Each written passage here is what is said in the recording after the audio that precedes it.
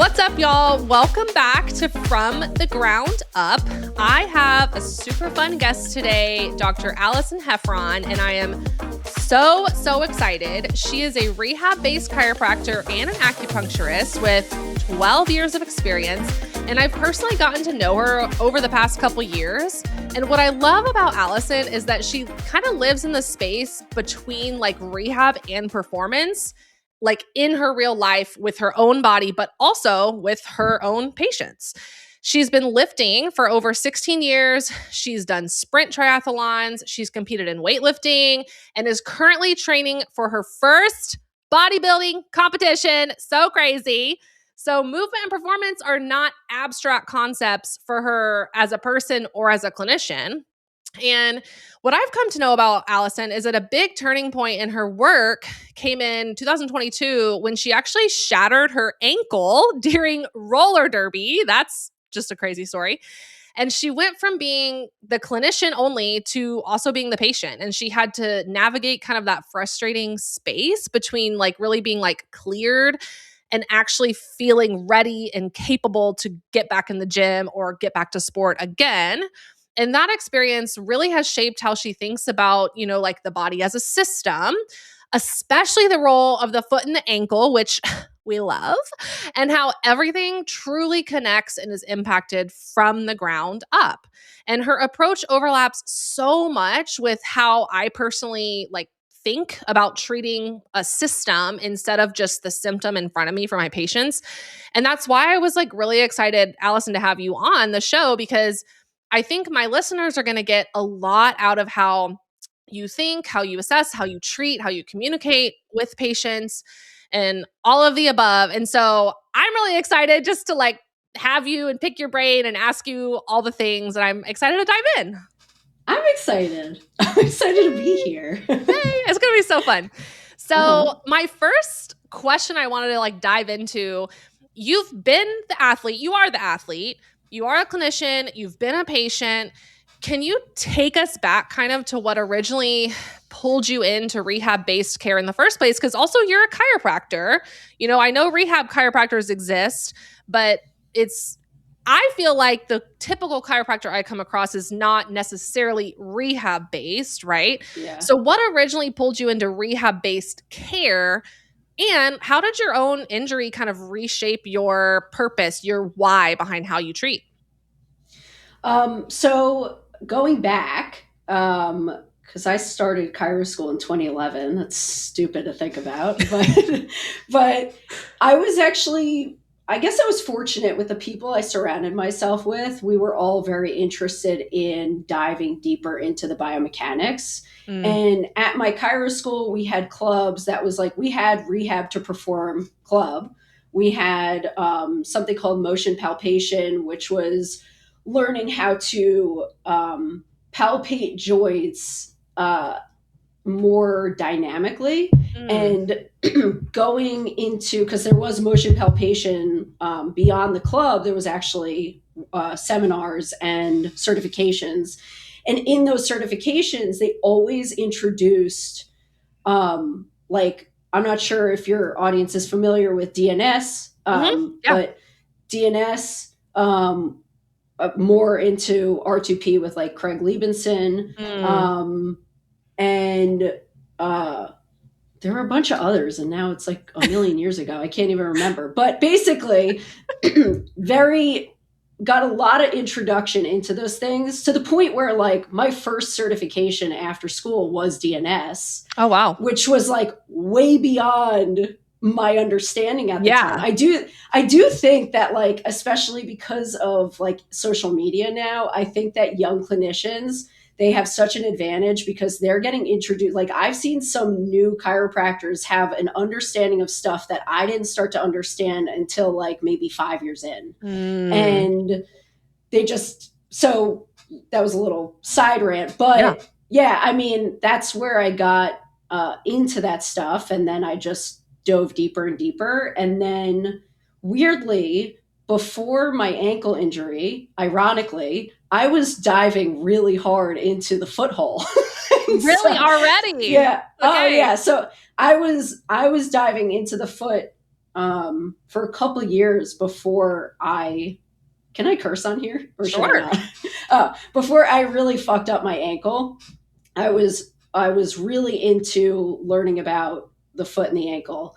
And that was an advantage, but it was also just really ironic. And I think that was kind of maybe part of why I broke my ankle. It's like, hey, universe, give me something, give me a reason to know more about this. No, literally, like, give me a story that I can share with the world and empathize with my patient and everything. It's that's wild. I think when people hear that I broke my ankle, they don't realize what that means. I broke it in 5 places and it dislocated. I had 2 surgeries. I have 3 plates and about 19 screws in my ankle. So that is my ankle. When I say I shattered it, it was in pieces. And roller derby. So like, walk us through the mechanism of injury. It wasn't even a cool story. It wasn't even a cool story. It's so upsetting. But actually, we were scrimmaging, and it was really soon before my first game. And I'm not trying to like toot my own horn here, but like I could see my own potential. And even my teammates, even the veterans were like, oh, she's going to get MVP at her first game for sure. Oh my gosh. I was doing really well. But during the scrimmage, I tripped myself. Stop. Like you just tripped over your own 2 feet? So you can essentially run on your toe stops. Okay. So on your toes, you have these brakes essentially, but you can run on them. Okay. And you can kind of maneuver around. So there was people fell around me and I was trying to get around them. Mm-hmm. And I went on my toe stops, and I was only a couple months in. I had more confidence in maneuvering than I actually had skill in skating. And so I tripped myself. I externally rotated my ankle and I sat on it. So it broke in an evert in an externally rotated position. So everything exploded. So I knew right away. That's not the way we wanted to go. Oh my gosh. So, but before this, you were already kind of going down the foot hole, the rabbit trail of the foot. Yeah. Then this happens. So I kind of have 2 related follow-up questions. Did going through your rehab change anything about kind of that rabbit trail that you were already going down? And or did it strengthen kind of your belief in the foot and ankle? Like, how did the injury itself impact that direction you were already going, if that makes sense? When you become the patient, especially in such a significant trauma, you don't know anything. You just don't know anything.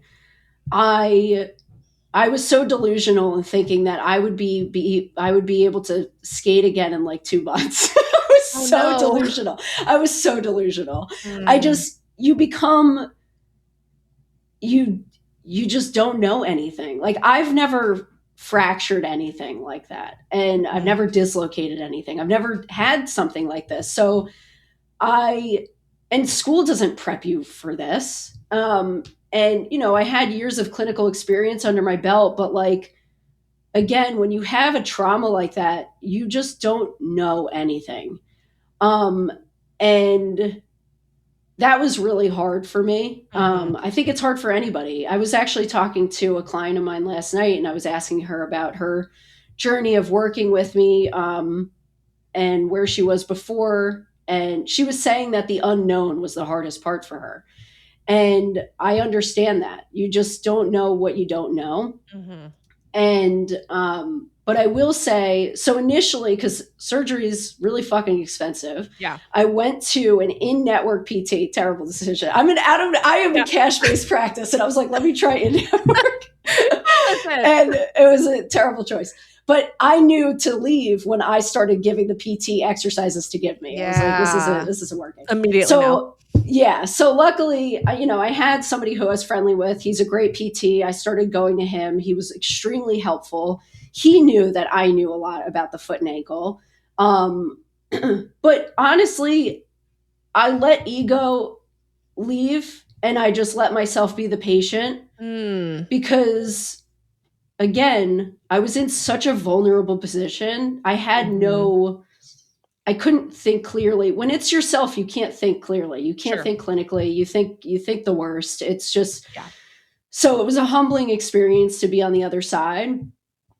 Having gone through it, it really changed the way I understood the other side of things, meaning the patient's journey. Um, Going back to not understand, like not being very uncomfortable with the unknown. Again, my PT was fantastic. I love him. But I also knew that he had no idea what I was going through mentally. I was extremely athletic. And then all of a sudden, my identity was gone. It was just ripped away in a split second. As somebody who competed in weightlifting, I was on a national platform. Like, squatting is something that has always been a part of my life. And the idea of not being able to do that was terrifying. My range of motion is never going to be what it used to be. And I always had really good ankle range of motion. I could tell after having gone through it and, a few years later, realizing that unless you go through something like that, you don't know how to talk about expectations.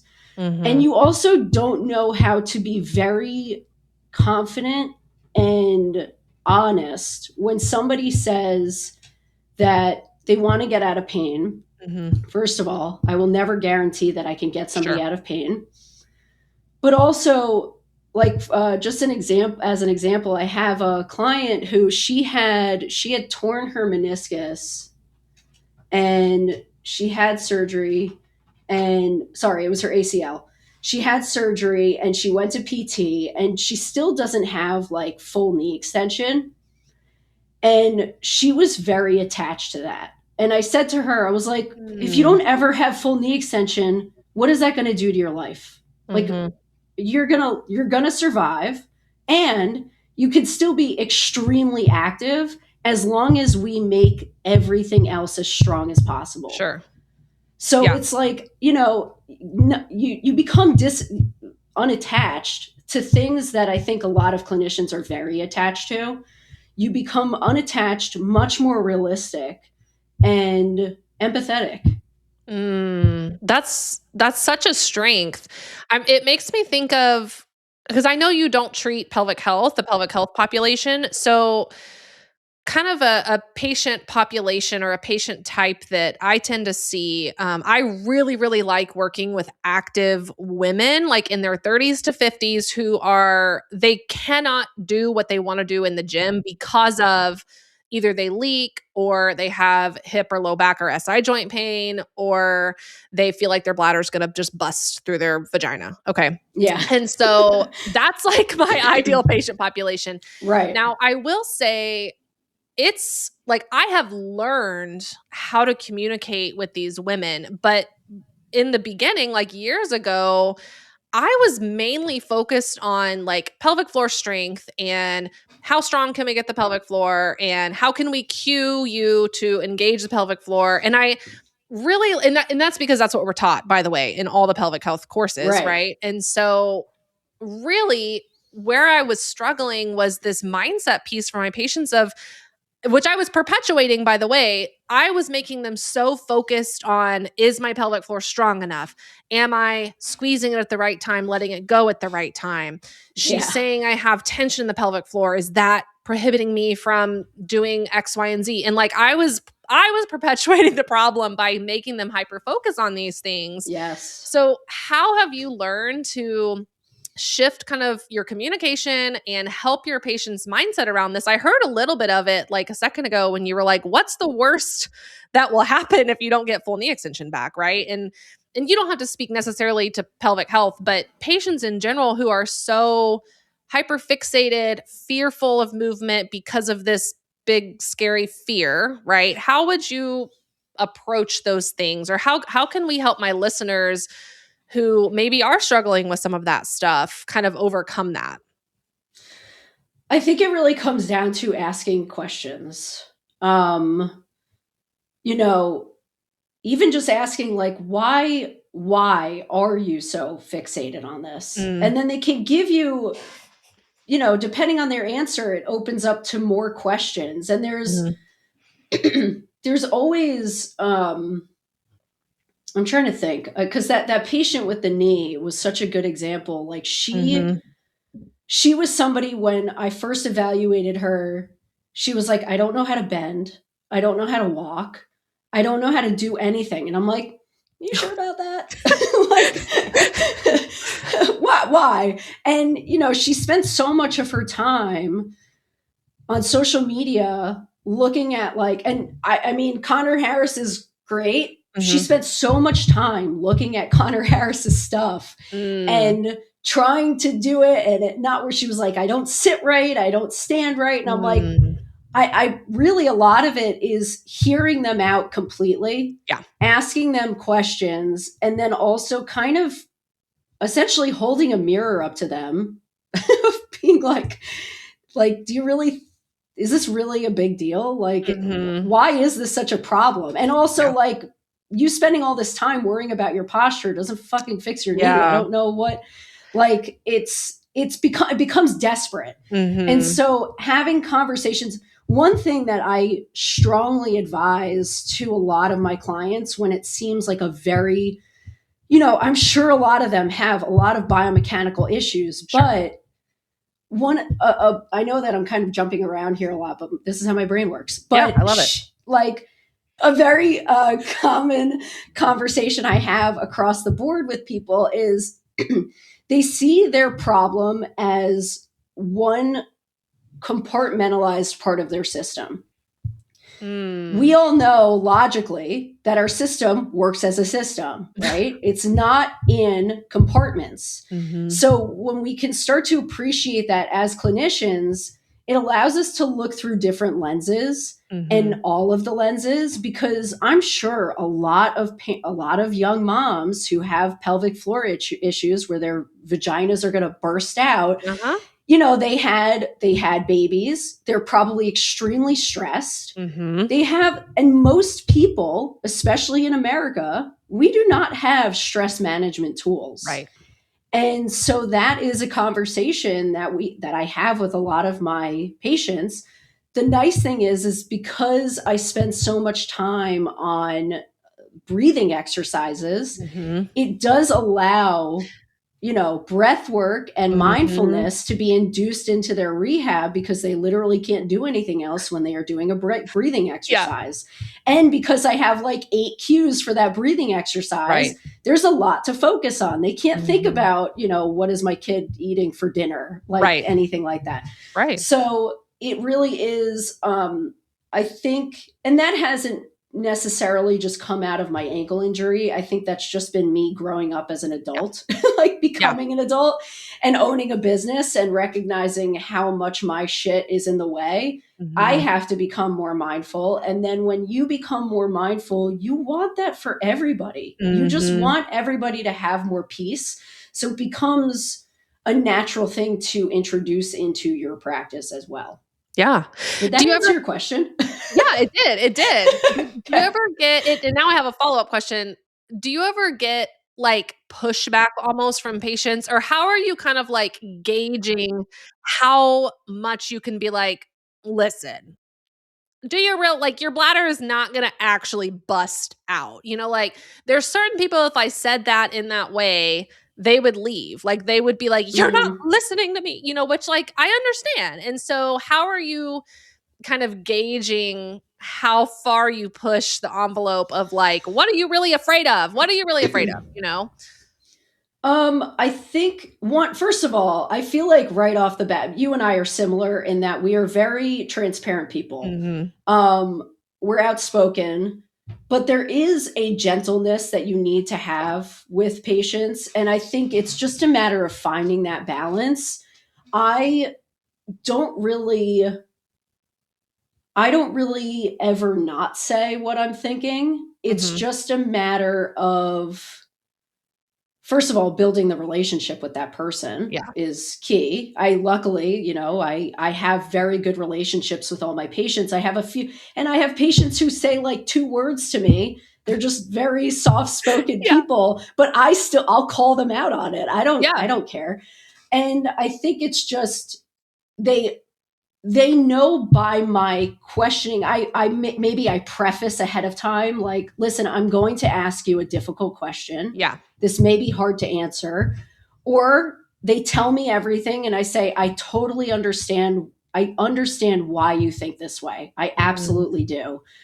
And this, or but this. I'm not trying to insult anybody. And I think I think a lot of that, again, comes from mindfulness. It's just being very present in the room with that person, listening to what they're saying, and actually allowing them to say everything. Ask them the questions, the follow-up questions. The more you listen, the more you can ask. Totally. And the more you can ask, the better things that you can say. So it really is just a matter of being a better person. No, it literally is, Allison. Like, just give a crap about. Just be a better person. Literally, like, it is that simple. And I also recognize, like, some people work in clinics where they have constraints and they can't, like, they don't have as much time and all the things. But I think in general, you're correct. Like, it is be a better person, care about the person in front of you, care about making yourself better at like not only the biomechanics, like at communicating with these people, at listening skills, at, okay, they're saying ask better questions. How do I ask better questions? Like putting the effort and energy into learning those skills goes so dang far. Like I have noticed in myself, I've been in a cohort of leadership coaching for a couple years, and it's literally all about how I communicate with humans. And in those 2 years of being in this cohort, like it has changed the way, like I thought I was going to this leadership coaching to like better lead my team at Genesis, which totally, yes, it has helped tremendously, but it's trickled into leading my patients. And that's a concept I talk a lot about, is like patient leadership and how, it's up to us to hold the vision and to guide them through and all of that. But I think it really comes down to like caring enough to better yourself at these quote unquote soft skills, which are, they're going to hold the heaviest skills, the heaviest weight. Yeah. And I'm so bad at being able to quote research effectively, but I came across this study recently that was explaining and showing the therapeutic relationship from a patient and provider, and the patient's trust in that provider is like the single most predictor of their success, quote unquote, of their rehab. And that, I think that comes down to like the nervous system, the mingling of nervous systems and the safety and the trust. And it's really just us as the provider showing up. This term congruence, right? It's like, what I was going to say that earlier. Were you? Yeah. It's like congruence, right? It's like what we're putting out before our patient, how we're talking to them, what we're telling them has to match who we are on the inside. 100%. And because they're going to know, even if they can't put their finger on it, they're going to know that that's some BS, there's a lot to energetic stuff. I mean, one thing, so lately I've been doing a lot of market research. So, I've been trying to figure out building out my own program and speaking to a lot of my clients, asking them about, again, like where they were in the beginning. And my ideal client avatar is somebody who has done PT before and didn't get the outcome they were looking for. And all of the clients that I spoke to, one of the common threads was they felt confident with progressing because I was confident in their progressing. I was so confident in communicating to them. I was confident in where we were going. I was confident in having them try stuff. They absorb that. Yes. And they feel more confident to do the things that they felt like they couldn't do because they had so much fear around it. And past PTs did not give them that. No, they actually probably made it worse. Yeah, 100%. And so there is a lot to be said. If really, I remember, because my dad was a chiropractor. I'm a third generation chiropractor, Oh. but he there's just, I remember him telling me like to stop taking like skill, like rehab skill seminars and do business stuff. And he was like, you learning communication, like bedside manner is, it's amazing. If you look at shitty clinicians, there's shitty clinicians that have like their patients love them, and it's literally their bedside manner. 100%. And so don't you want to be a phenomenal clinician and have great bedside manner? Yes. That all starts with yourself. It doesn't start with, it doesn't, I think if people are asking the question of like, how do I ask better questions? You have to listen. And how do you start listening? You have to be present. And that's hard. It's hard. It is not I know that you were like putting quotes around soft skill. It is not a soft skill. It is everything to be present with that person. And so a lot of it starts with internal work with yourself to be a better clinician. Totally. Oh my gosh. Yeah. Like literally just be a better person. No, that's so good. So you mentioned your program that I know you have a program, but you're also working on your next thing. And I wanted to ask you because, I hit you up in your DMs whenever I saw some of your more recent Instagram posts. And I was like, what has changed, Allison? Because like you were posting stuff about like a breakthrough you had and I could tell it and honestly like feel it through your like new posts and everything. And I was like, tell me everything about this breakthrough. So like, can you share like where were you stuck? What was your breakthrough? Because I think this will help the clinicians listening who are trying their best to communicate with patients and everything. So I'm going to preface this by saying the breakthrough is fucking weird. So just know that if you're not into woo woo stuff, then you're immediately going to be like, I can't listen to this woman. I'm so excited. So, where I was for, I guess, since soon after my second surgery, my husband and I, we work together. We started working with a new business coach who was who was really encouraging us to start to scale online. And unfortunately, that approach, the approach that he had was not really vibing with us. It just wasn't working. And so for a while, as you, Becky, you have a niche already in your brick and mortar. It's pelvic floor. Yeah. In my brick and mortar, my niche is just active people. Sure. And online, you have to be hyper specific. And I didn't know how to be hyper specific because I enjoy treating a lot of things. And so I was like, okay, well, I really love the foot and the pelvis. So let's go with knee, especially because I know so many patients who come in, they've been to PT before, couldn't get better with their knee. And I know that the knee gets better when you focus outside of the knee. Yeah. And it wasn't necessarily like I had so much passion about the knee. It was, I just really loved that I knew how to get those people better. So anyway, I tried a project of like 13 webinars to sell my DIY, like self-paced program. Okay. I got zero sales. 13. I didn't even know that piece. Yeah. So I had 13. Basically, I was doing ads, cold traffic to a webinar. And yeah, so that was super discouraging. And then my husband and I went to a live mastermind with a new business coach that we were working with since over the summer. Okay. And this business coach is our old business coach, is Jill's business coach. Yeah. And, so his name is James Wedmore. Would highly recommend everyone looking him up. Yeah, I've heard of him. He is he's brilliant at business, also extremely spiritual. So anyway, in the middle of this mastermind, there was a spoon bending ceremony. Yes. I've heard, okay, yes, I have heard of these. And a mastermind I went to also did spoon bending. So I've done it. So spoon bending is not something new to me. Like I know of it and I think it's amazing. I am a believer in it because I understand it's not just like somebody fucking like with their eyes bending a spoon. Okay, tell us what it is because most people won't know what it is. So detour, what is spoon bending? And then we'll get back to how it changed your life. So and it didn't change my life in the way you think it did.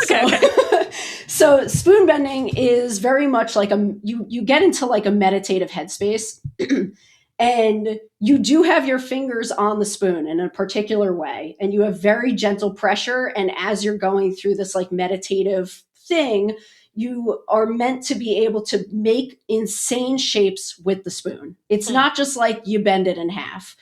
And also, you have extremely light pressure on it. So it's crazy when there were a lot of people around me who were making the most wild shapes, tightest turns with their spoon with almost no effort. So this is like a real metal spoon. This is real metal spoon. Okay. There was a woman in the mastermind. She broke like 1 million spoons, one right after the other. She was like, this has to be like a defaulty spoon, like not. Yeah. And she just kept getting more and just breaking them. So the way that you are able to bend or break or do any of the crazy shit with the spoon, essentially you get into this headspace of just, you're filled with love.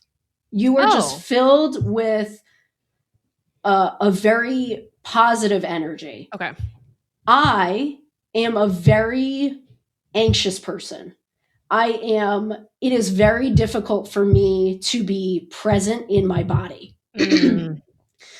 And I also struggle with visualizations. And so one of the things to help get you there was to visualize something that makes you happy. I pictured my dogs. They make me really happy. Yeah. But I could not do this. And I also, like, going into it, I was like, I don't know if I'll bend the spoon. It's fine. It's whatever. I didn't care if I bent the spoon. I had a mental breakdown immediately after that ceremony because I was so disappointed with my inability to just be present. And so I had a complete meltdown. I was really upset with just the last year of me trying to figure out how to create an online business. I was just so many emotions at once. And then my husband and I went up to our room for like a break after that thing. And that's where I had my meltdown and immediately went into a breakthrough. And that's what happens for anybody listening. This is what happens. You have a breakdown to have a breakthrough. Totally. It's not necessarily that it will happen one right after the other like it did for me. I just happened to be in a space, I think, that allowed me to think quicker. Yeah. But always remember, if you are highly uncomfortable, you are about to have a breakthrough. So anyway, I had a breakthrough. I was in the room with my husband, and I don't remember how we started talking about this. I started recording. I have a recording of this because I didn't want to forget anything that I was saying in our conversation. But I realized that the thing that I want to do, the impact that I want to have on people's lives, is to help them get to where I now am after such a traumatic injury. Wow. I wanted everyone who felt athletic and strong at one point, that felt like they lost it all from an injury, I want all of them to recognize that you can still be super fucking strong, really athletic, and still have something that doesn't work great. So good. And a lot of that has to do with obviously getting high level rehab. But the other part of that is having the guidance from somebody who fucking gets it. Who has the confidence, who has seen the light at the end of the tunnel and has done a lot of work on themselves and also has worked with a lot of people. That was my breakthrough. And that's it. It just, I don't know how one transferred to the other, but it just happened like that. I love it. And so, yeah, now here we are. Oh my gosh. Well, I felt the shift in your social. And to be fair, like you and I had talked, the past couple of years about your online business, how to show up, what is your offer, what's like we've just kind of gone back and forth helping each other on our own stuff. And so for me to just see the shift and feel the excitement, And then like you hit me because I DM you and then you're like hitting me with the voice notes and all that. I'm just like, yes, it's so exciting. So like, and that was, what was that? I don't know, a month or two ago, whenever we were really like, you were really telling me about this Yeah. breakthrough. So what have you done with that? What are you doing? I know you're working on the knee program and we were just talking about that program recently too, but kind of how has that shifted how you plan to show up online? That's a really good question. Honestly, it's been really hard for me to understand how to show up. Mm. And really, a lot of it is just not really understanding what it is that I need to say. And something that was really helpful. So, James just held a virtual retreat that was called $1 Million Messaging. It was 3 days, Oh, 6 hours a day. It was insane. wow. And it was something that really stuck out to me was it is incredibly selfish for you to be self-conscious.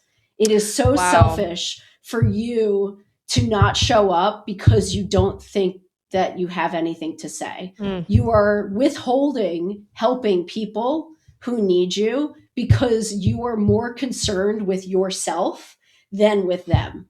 And so it was really really helpful to recognize, just to kind of give a very tangible example of what it means to go from self to service. Mm-hmm.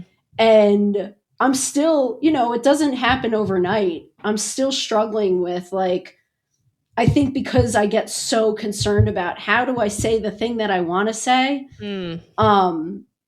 that I hesitate. But at the end of the day, I'm still trying just to get out, and because the only way you'll get better is by doing.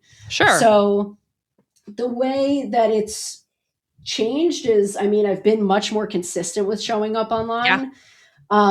We're going to do a beta test. We just need to figure out, like, pretty much this month, I think we're going to figure out what our beta launch is going to look like.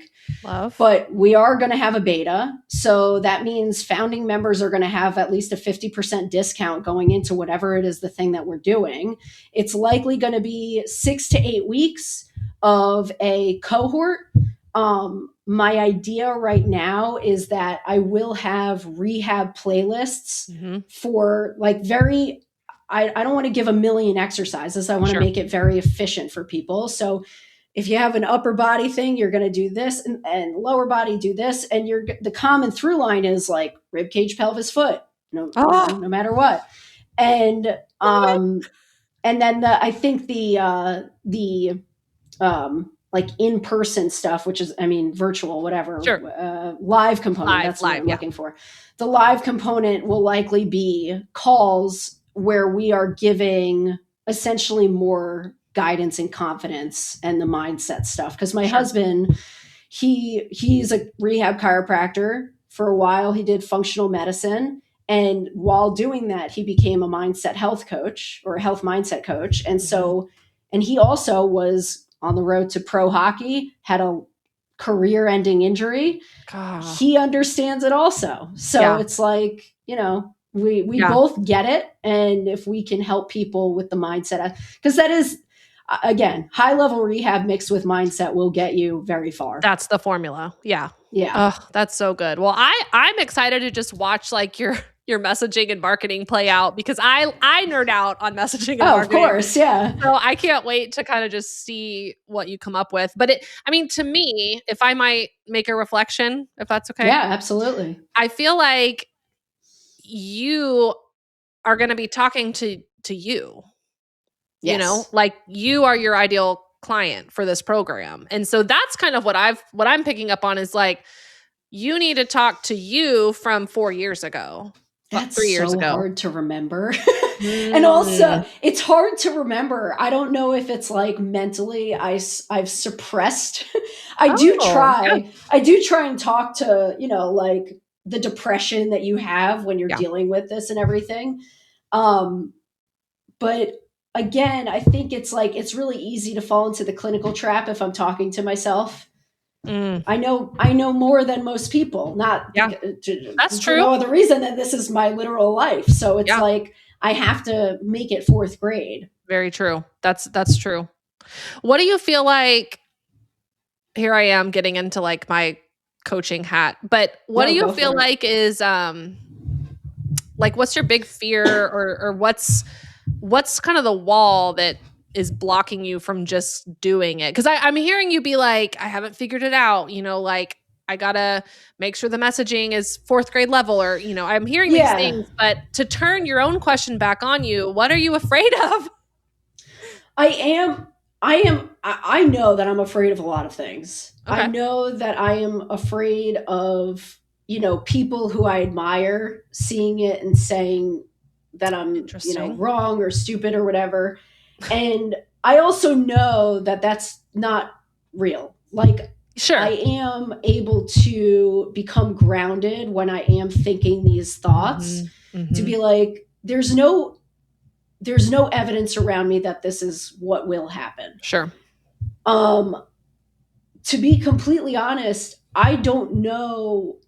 I don't even, I think that the fear is more broad than that. I Yeah. think that I have a fear of just failure in general. Sure. And so, I mean, it's been a real practice of me trying to reframe and the reason why is because there's been so many failures before Mhm. in so many strong attempts, like 13 webinars, not a single Yes. sale. There is a lot of historical evidence of failure, and it's not like I am not doing, like I Yeah. am still doing stuff to move forward. But talk about congruency. If I'm looking at a triangle of congruency, my goal is this X at the top, Mhm. like, let's say easy, $1 million year. And then my Y axis is all of my outputs of what I'm doing. Mhm. My Z is my beliefs. Ah. My Z doesn't match.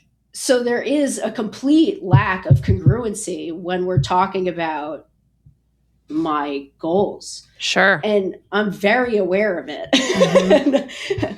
And so it's a struggle. It's just a Yeah. struggle. It is a mind fuck to have Yeah. this idea. I know what I want. I know I'm doing all the things, but my beliefs are still sitting in a year ago, 2 years ago. Sure.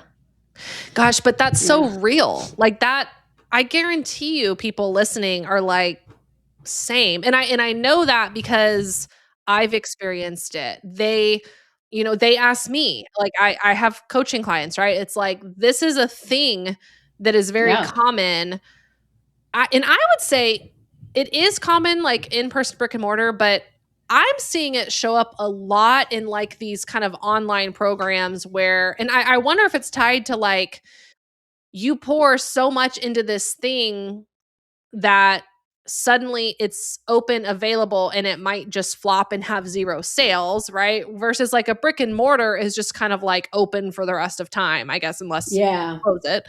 So I Right. don't know. I'm just kind of thinking out loud as I think I about it. think But I think, and I'm sure a lot of people listening will be able to heavily relate to this, that the more you're in it, the more attempts that you have, and the more you see that failure is possible, which is again fine, mhm. the more you start to get stuck in a comparison loop. Mm, And then that starts to run rampant. mhm. And so if you're stuck in a comparison loop, you kind of don't acknowledge where they are in their journey versus you. You don't really acknowledge uh, their level of expertise versus, or what subject they're doing versus Mm, you. And so there's a lot to break down even just with that. sure. But you're this is there's an amazing book that I would highly recommend. I'm in the middle of it. Maybe you've read it, Outwitting the Devil. No, but I think I saw you, you or someone else just Yes, I, recommended. I Maybe it quote was you. I, Okay. I quoted it. I know I quoted it Okay. Okay. in one of my stories. But basically, the book is around Napoleon Hill, who also wrote Think and Grow Rich. Um, he is doing an interview with the devil, And essentially, the devil is your own mind. It's your ego. It is, he goes into teachers, he goes into religious leaders as them having, we lose the ability to think for ourselves. We lose the ability for, I guess just being present.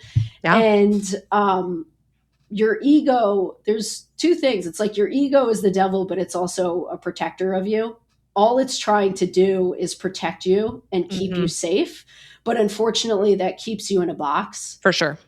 And it makes you really scared to reach outside of that box. And it also can make it impossible to see that you're in a box. And so it's a lifelong practice. It is For something that is really hard, but I would honestly say the biggest thing, doing this stuff, and anybody who's growing their own business, I would say more so on the online space than the brick and mortar also, is you will be confronted with all of your own bullshit. And it's up to you to recognize that that's happening. No one else can point that out to you, but I am very aware of all of the shit that is coming up as I'm trying to expand. Yeah. And it is the simplest thing that I'm trying to do right now is catch myself in a thought loop and just bring me right into my body in that moment. And that's a great practice. I think, you nailed it. It's like your business is a symptom of you. Yes. It's like you can only take your business, your product, your offer, whatever it is, as far as you can take yourself. And that's why business is the ultimate like self betterment journey. Oh my God. Because you will limit yourself if you don't. Yeah. And I admire you so much because like you're just like, I'm gonna take up space. And I'm like, what does that mean?